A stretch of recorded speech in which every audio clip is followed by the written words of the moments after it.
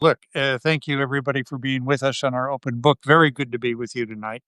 Uh, Very engaging memoir that we're going to talk about. Leland Vittert's Born Lucky, a dedicated father, a grateful son, and my journey with autism. Leland is a distinguished repertorial career, currently with News Nation, Fox before that, local television stations in Denver, Orlando, Little Rock, and more. Must say he has notably great hair too, which has been formally recognized in media, and he joins us now from New York. Mr. Vittert, thanks so much for being with us. Thank you, Scott. I want to get, we've emphasized the career you've had, but the opening scene, you're at a nursery school in St. Louis, the Ethical Society Nursery School, and there's a parent teacher conference. What were your parents told? Yeah, my parents were told that I needed to be evaluated, which is what no parent ever wants to hear about their child. And there's obviously a lot of emotion that parents go through in that there's nothing wrong with my child. However, my parents could clearly see there were things that were wrong with me. I hadn't talked till I was 3. And then as I got a little bit older, it was very clear I was having horrible social problems relating to kids my own age, bad learning problems. The list goes on. So they take me out to one of those psychology testing centers where they sit you down in the room and give you the test. And my parents are out in the waiting room with the linoleum floors and old coffee and bad magazines. They bring me back after about 2 hours and they say, look, he's clearly got a lot of problems. He has severe learning disabilities. At the time, IQ testing was done as an average of 2 halves of an IQ test. And 20-point spreads indicate a learning disability. I had a 68-point spread. So from genius on one level to mentally retarded on the other. And they said they'd never seen that big of a spread ever. Then the woman went through the other issues I had, the sensory issues, the ability to relate to kids my own age issues, on and on and on. She said to my parents, we're really not sure what's going on inside his head. At the time, autism was a sort of very specific diagnosis to those with what we now know to be profound autism. So my dad goes, is there anything we can do for him? And she goes, generally not. Just he is who he is. So that was, as you can imagine, soul crushing to my parents. And I wrote Born Lucky to give hope to every parent who has a kid who's struggling, autism, ADHD, whatever it is, that there is hope and that there really is so much parental love can do to change kids' lives. Well, let me get you to talk about that parental love. Your father, for example, taught you something with the branch of a tree. Yeah. So in Born Lucky, the central theme is trust between my father and I. So when I was about 5 or 6 years old, he takes me out to my grandparents' yard. We were there playing, and he put me up in a tree. There was like a notch in a tree about 6 feet up. So he lifted me up onto the notch. I'm standing in the notch looking down at him. He's looking up at me. It might as well have been the Grand Canyon. He said, do you trust me? And I said, I always trust you. All right. Of course I trust you, Dad. He says, great. If you trust me, jump into my arms. I'll catch you. And he catches me and he says, I will always catch you. Um, which was a really sort of stunning moment for us because number one, what happened? Number two, it's true. He would always catch me and always love me. But Dad had gotten the idea from a father who had done the same thing and told him about it about 3 months before and let the kid jump off the fireplace mantle. But rather than catch him, fall down on his face. And the father standing over him said, never trust anybody. So yeah. So that was the lesson my dad didn't want to teach me. But he did teach me that I could always trust him, which I always have.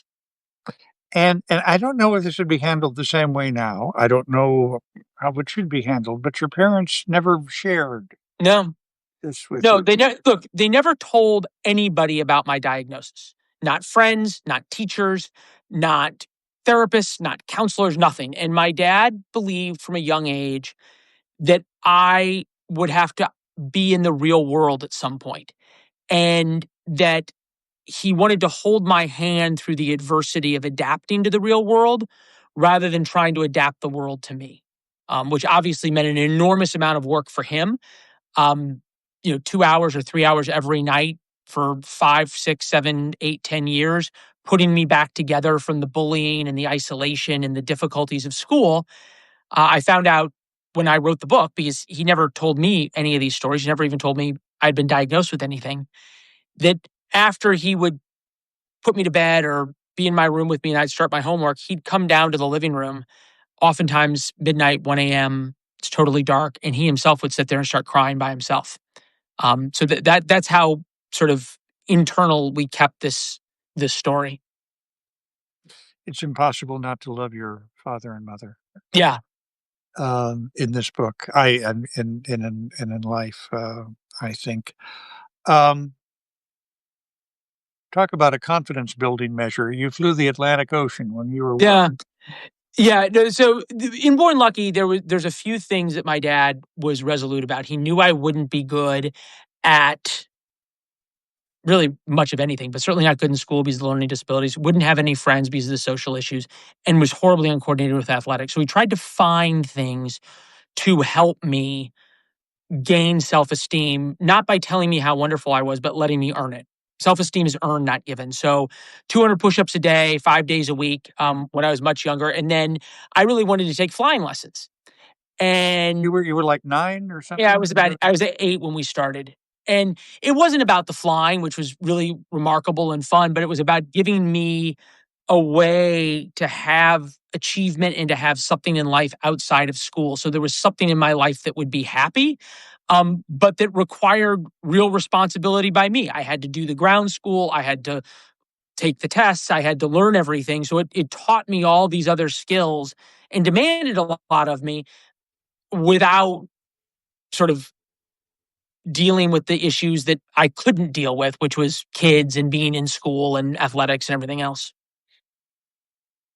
Well, and I wasn't this wasn't a metaphor. You flew the Atlantic. Yes, yes. So Dad has always been huge about goals, right? Which is set an articulable goal and accomplish it. And so I set the goal that I wanted to be the youngest person to fly from St. Louis to Paris. And in Born Lucky, you're with me as we fly from St. Louis to Paris, also as I throw up all over the plane. And there was a really important moment in that story where after we had flown a lot, my flight instructor and I, this is before the big trip, I had thrown up and the weather had been terrible and it was really a bad situation. And we get down and my dad says to Mr. Mick, who was my flight instructor, look, why don't you just tell him he can't do this? Like he just clearly he gets airsick and these are all these issues. And we should explain, they would join you in the plane. This was not, My flight instructor would, my yeah, parents would not. yeah. It was only my flight instructor. My father in a little plane would be a disaster. And my flight instructor said to my dad after he had cleaned up all the vomit in the plane, if he can't quit, meaning me, I won't, which was such a great lesson to me about life and setting goals and achieving them, but also back to what dad taught, which is there's two things you can control in life, your work ethic and your character. Mm. I'm struck towards the end of the book, you list some things that your father said. Advice, bromides for life, and reassuring you, school is a brief period. You have the Mhm. right stuff for life, That not was a to mantra. confuse school and life. What? Yeah. Well, because he didn't think school was real life. Yeah. And, what makes you popular in middle school are not exactly the qualities that make you a good person later in life. And he would say that over and over again. He left out that middle school would be phenomenal training for a Washington newsroom.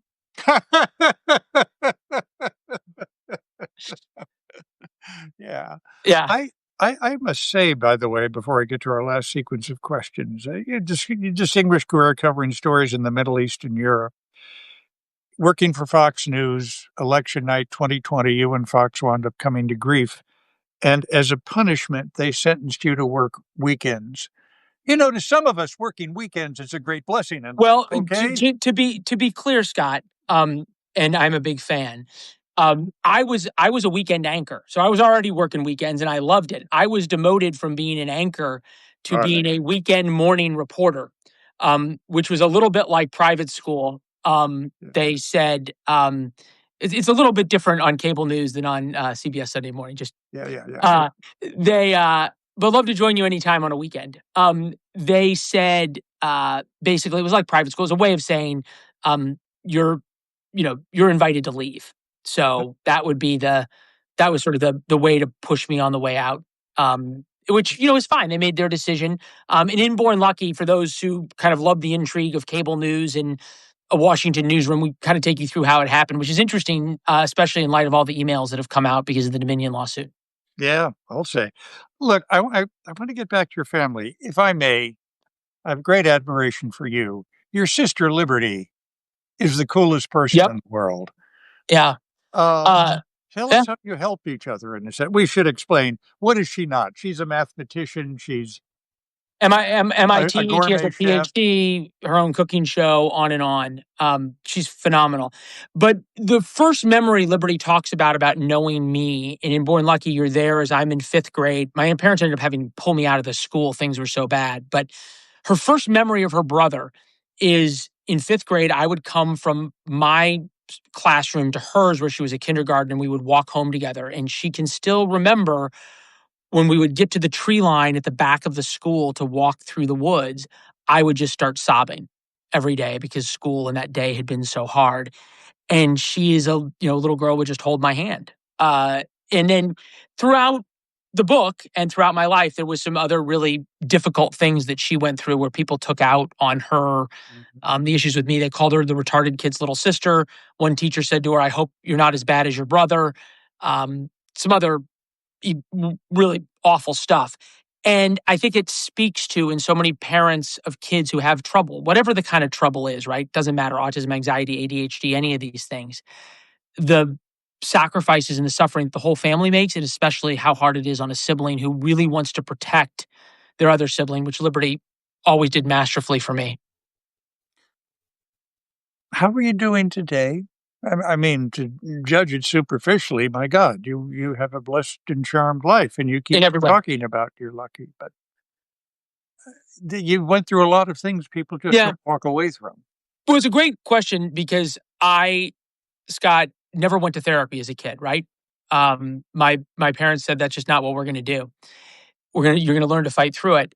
And now I'm going to therapy on national television, and with you to talk about Born Lucky and talk about the book, which I would say there are more enjoyable processes, like sitting in a bathtub full of scissors. But the the book Born Lucky has some of the darkest moments I've had in my life, or the darkest. And I think you realize sort of when you read it how raw it is.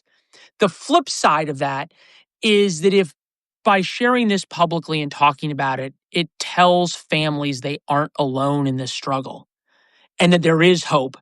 Not that every kid's going to become a cable news anchor, but that there's hope that parents can make a real difference and the fight every day is worth it.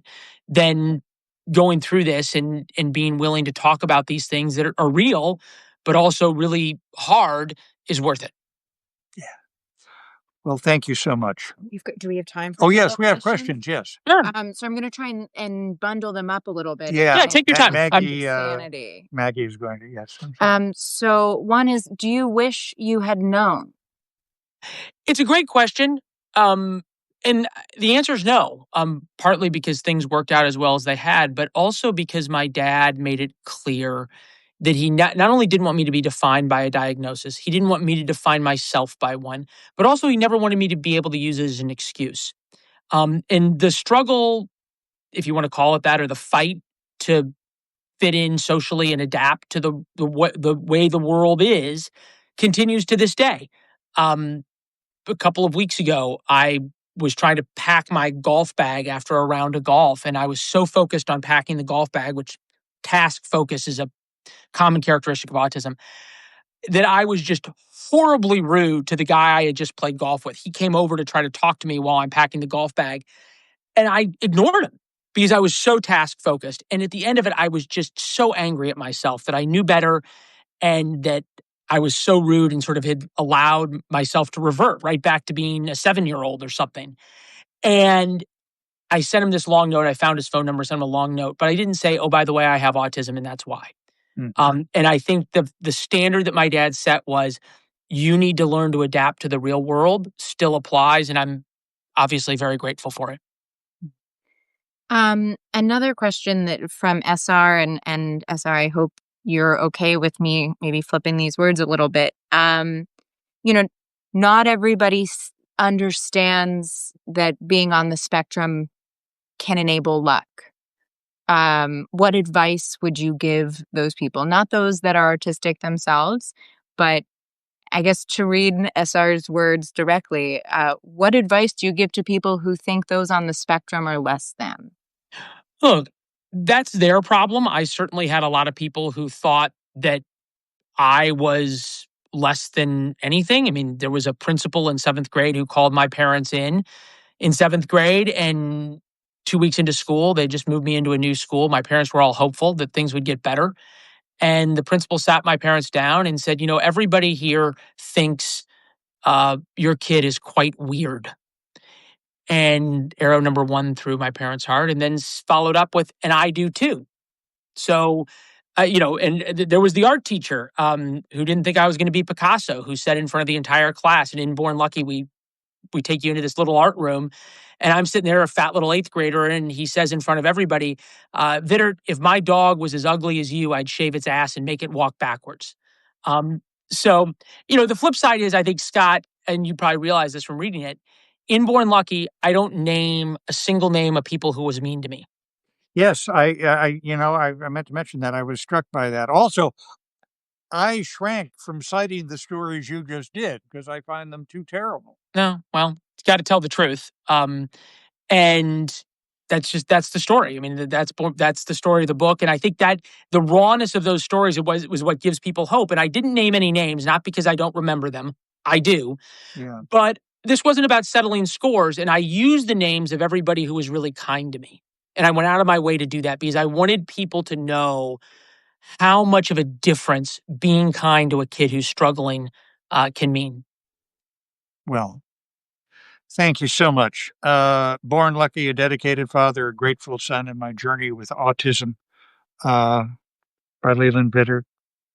Thank you so much for joining us. I enjoyed the book and enjoyed speaking with you. Thank you, everybody, on our open book. Tomorrow night we finish Howl, and then we have a special event with 3 different guests on 4 if we count you as 4 special. if you count me as and guest. you're special, Scott. And God bless you. So we'll look forward to that. So thanks very much for being with us. Thank you, Leland. All the best. Thanks, Scott.